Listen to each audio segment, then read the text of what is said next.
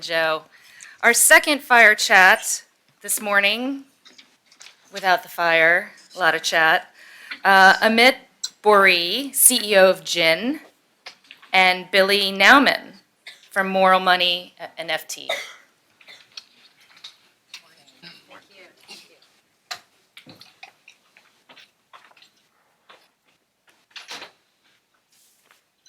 Hi, so good morning again, everyone. My name is Billy Nauman. As she mentioned, I am with the Financial Times with a new newsletter that's coming out in the next couple weeks called Moral Money, where we talk about responsible business, responsible finance, and all that stuff. I'm here with Amit Bouri, who is the CEO of the GIIN, which is the Global Impact Investing Network. And we're going to kind of take a step back with our Fireside Chat and not go as deep into the technology stuff, but more into kind of what's financing all of this change. So impact investing, if you're not familiar with it, is it's getting really, really big. And what an impact investment is where an investor puts money into something with not the sole where the sole purpose is not just to make as much money as they can, at whatever risk-adjusted level they deem acceptable. They are putting money into something that they think is going to make a positive social impact. They're also trying to make money off of it. This isn't philanthropy, but it's grown now. The GIIN's latest estimate came out in April. The market of impact investing has grown to $502 billion, and it's supposed to keep growing from there. So I wanted to just start off by asking Amit kind of what's the state of the impact investing market and kind of what sort of issues are they trying to tackle with those investments? Thank you, Billy. And thank you so much for having me here today. I'm really honored. How's that? Better? We'll try that again. Thank you all for having me here today. I'm really honored to be part of such an amazing group. People who are really thinking about how to push the envelope on how we think about social and environmental progress. What I thought I might do before I talk about impact investing is just zoom out and think a little bit about the context within which we're all operating. Because I do think this is an incredibly dynamic time of dramatic change. And it really forces us to think differently about how we make social and environmental progress. The impact investing market is roughly 10 years old in terms of its current incarnation. And I've been reflecting a lot about where we need to go from here. And I think there's some incredibly powerful trends that we're all facing that shape the work that we do globally or locally. And a few that I want to highlight. I think first, certainly climate change is at the top of mind for many people around the world.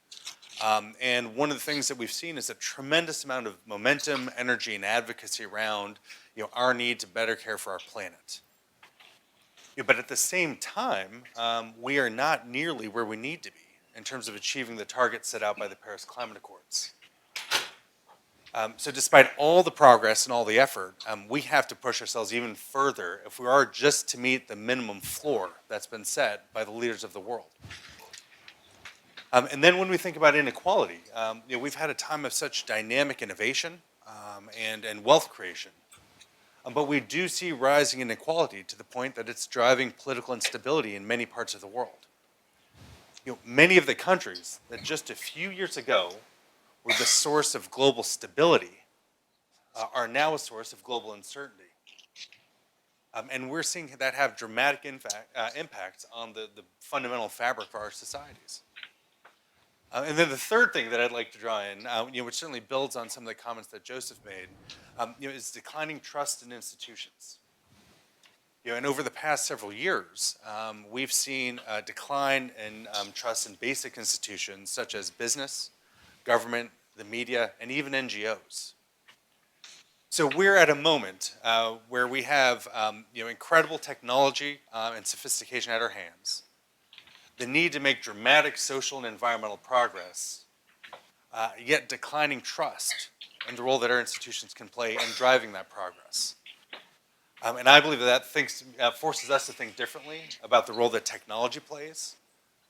It certainly drives me to think differently about the role that finance needs to play in society.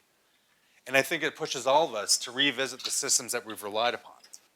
Because the things that have gotten us to this point today are not the systems that are going to get us to where we need to be. Great. Yeah, thank you. So what are some examples of, give me an example of an impact investment and where the money's coming from and kind of follow that through the whole process of from the investor to the project, to the company, to the project. Great. And absolutely, and I should say just briefly, so the Global Impact Investing Network, the organization I have the privilege of working for, the GIIN for short, is a nonprofit organization that is a global champion for impact investing.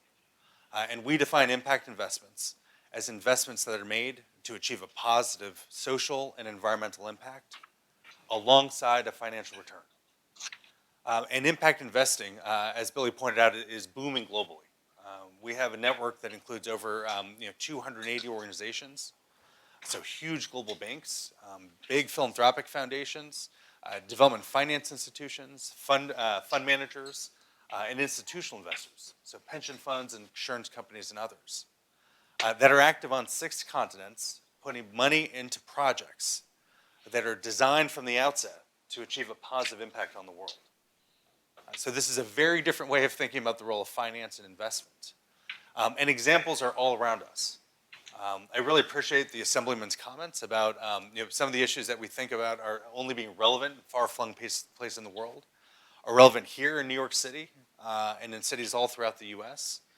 And so some of the examples that I'd highlight include everything from organizations that are developing urban farming models in places like Newark, Detroit, and others, where investors are putting money to work to help grow those businesses, to both provide sustainable sources of local healthy foods, but also to provide employment in urban areas where it's massively needed. And then we can think about places far away, like in East Africa near Nairobi, where a number of our members have invested in companies that are providing household solar kits. So this is a way that lower income populations who are living off the grid can get technology-enabled solar panels that help to provide lighting, healthier and cleaner sources of power and energy that they can use for education, for cooking, and for other purposes. But there are thousands upon thousands of examples of how investors are putting money to work into companies that are having an impact locally and globally. So who are the investors that are biggest in this space? Obviously, you mentioned big pension funds earlier. I know, like the New York State pension fund is very climate conscious. CalSTRS has done a lot with this, but how are individual investors getting involved in the impact market? Well, I think one of the things that's so important, is to really highlight the opportunity for individual investors, because I do think we've seen a lot of movement among big institutions, and increasingly there are opportunities that are available for wealthier individuals who have access to much more sophisticated financial services. But I want everyone to think about the role that you can play with your own finances, whether you have the privilege to have a lot of them, or if your finances are more modest. Though we may not think of it, we are all investors. If you have a checking account or a savings account, you're putting money into a bank, and that bank uses that money to on-lend it to projects. That's how they generate returns, and that's how they pay you an interest rate. And so there are banks all over the world, here in New York, of course on the West Coast, but in many, many countries, that are directly focused on providing lending to some of the opportunities that the Assemblyman was talking about. Whether it's lower income populations that are largely unbanked. So how do we create economic vitality in less off parts of New York or other cities, or even rural parts of this country? But also banks that are financing green projects. So those are their focus on providing capital to businesses that are providing green jobs or renewable energy or sustainable forestry projects. So we all have the opportunity to be impact investors, even if our means are much more modest. And of course, those who have greater resources can think much more globally about the opportunities where they can put their money to work to have a positive impact on the world. Great. So I want to take it from the other side as well. So say I'm an entrepreneur and I have a company that I've started to create a social impact and make money as well. Who are the gatekeepers on the finance side? Who are the ones that are out there seeking out companies, and how do how do you find them, and how do you get placed into their impact investing portfolios? Yeah, I think it's one of the things that's exciting is that we see a very diverse set of investors who are popping up and getting more focused on impact investing. So that includes their networks of angel investors, all over the world who are focused on providing seed capital to businesses that are focused on having a social or environmental impact. We also see a number of venture capital firms and those providing growth equity and even later stage investors. So I think you can certainly look at, for one example, at the GIIN on our website, which is thegiin.org. We have we list all of our members, which are organizations that are all seeking investment opportunities that are focused on impact. But there are a variety of other networks as well. And I think that it's an incredible opportunity because it allows entrepreneurs who are committed to a positive impact to have investors that are aligned with that pursuit. One thing I also want to highlight, though, that I think is particularly relevant to this group is that there's an increasing focus on the sophistication of how we measure and understand the impact of impact investments. At the GIIN, we've just launched a new system called IRIS Plus. That's IRIS with a plus sign, which is a comprehensive system to track and measure and manage to achieving impact. So that allows investors to say, I'm focused on clean energy access, or I'm trying to provide affordable housing to low-income communities, and identify the metrics that they should be tracking, and then have the evidence of what backs up those metrics. So IRIS Plus is a system that helps translate impact intentions to real impact results. It's free. We're a nonprofit. We make it available as a public good. But one of the things that is important to more and more investors is that we have reliable and secure data when it comes to impact measurement. And that's where I think this group gathered here can really help push the frontier of how we gather that data, how we capture it, and how we transmit it. Because one thing that we need to make sure we do is build a market for impact investing that has that trust and has that credibility that we know is so critical to not just impact investing, but to the markets more broadly. And I believe that this is a coalition that is centrally focused on helping to rebuild that trust. Yeah, great. I wanted to go deeper on that topic, the topic of measuring impact in particular. That's something that comes up a lot where there are no real industry standards. There is no reporting requirements on a lot of this stuff. Iris Plus is one solution out there, but I wonder if you could take a step back and kind of talk about the different ways that impact is measured. I know a lot of private equity firms that have impact funds will just create their own metrics and just say, look how great we're doing based on these numbers that we made up. So that can be a problem with with all of the money out there going into impact investing, with people trying to get their hands on that, and greenwashing is the term you hear all the time. So how big of a problem is greenwashing, and how do things like Iris Plus or the technology that we're discussing here today, how can they help with that? Well, in the last Fireside Chat, I think one of the things that Alicia talked to Joseph about was the ambition and that's been set out by the leaders of the world around the UN Sustainable Development Goals, or the SDGs. And I think they're incredibly important goals. They are ambitious, but we need to be ambitious at this moment in the world. And one of the big questions is that how do we rise to this occasion? And for impact investments, we have recently sized the market at $502 billion, which is certainly a formidable sum, but it needs to be much bigger if we are to move the needle on some of these huge global goals, like ending poverty and really addressing climate change. But one of the things that's so important is that we are not just talking about capital at scale. We need to achieve impact at scale. And that's why we at the GIIN are so focused on scale with integrity as part of our strategy. We need to mobilize a much greater set of investors, and all of you can play a role in doing so. But we also need to make sure that we are mobilizing them to the right thing. And that's where I think these questions about kind of how much impact is good enough are really critical. We saw that there was a great need to provide greater clarity to the market about what we mean when we say kind of impact investing. And just 2 months ago, we launched core characteristics for impact investing. which we believe set baseline expectations for what good impact investing looks like. We also developed those with several hundred stakeholders from around the world, so it had a lot of industry buy-in to shaping the way that this market needs to grow.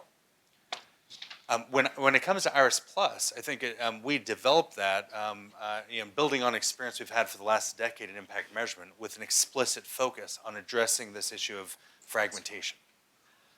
In the last 10 years, there's been a proliferation of various tools, frameworks, standards, principles, and other approaches to thinking about impact in impact investments alone. It's incredibly exciting, but it was completely confounding to most investors who are entering the market. We had a database that tracked over 150 different tools and resources in this area. So we think this is a time where we need greater convergence around the standards, at least, of how we talk about impact that will help enable the innovation that we need about how we achieve the impact. And we look at other markets, certainly in technology and also in financial markets when it comes to financial metrics. Standards have played a critical role in enabling massive scale and progress. And so we are working very closely in the development of Iris Plus with over 50 different standard setters to help bring investors and entrepreneurs to kind of a one-stop shop of how you can think about impact metrics as part of a bigger system about how we achieve impact. But our hope is that we can drive convergence around the right standards so we don't have a situation where many investors or entrepreneurs feel like they need to make up their own standards to help describe the impact they're trying to achieve. Because that may have served us in the past, but it will not be sufficient when we think about the goals that we're trying to achieve globally. Great. I'm conscious we're getting close on time, so I'll go with one more question and just leave it broad. Kind of where do you see the impact investing market going in the near future? We're at 500 billion. Where do you see that in 5-10 years? And how do you see technology playing into that? Well, our vision and my vision for impact investing is that impact investing becomes part of every portfolio around the world, and that impact is part of all investing. So that when we, investors are engaging with a company or a company is defining its own mission, impact is part of that. The relationship that we have to a variety of stakeholders, not just investors and not just finance, but also customers, employees, communities, and the planet.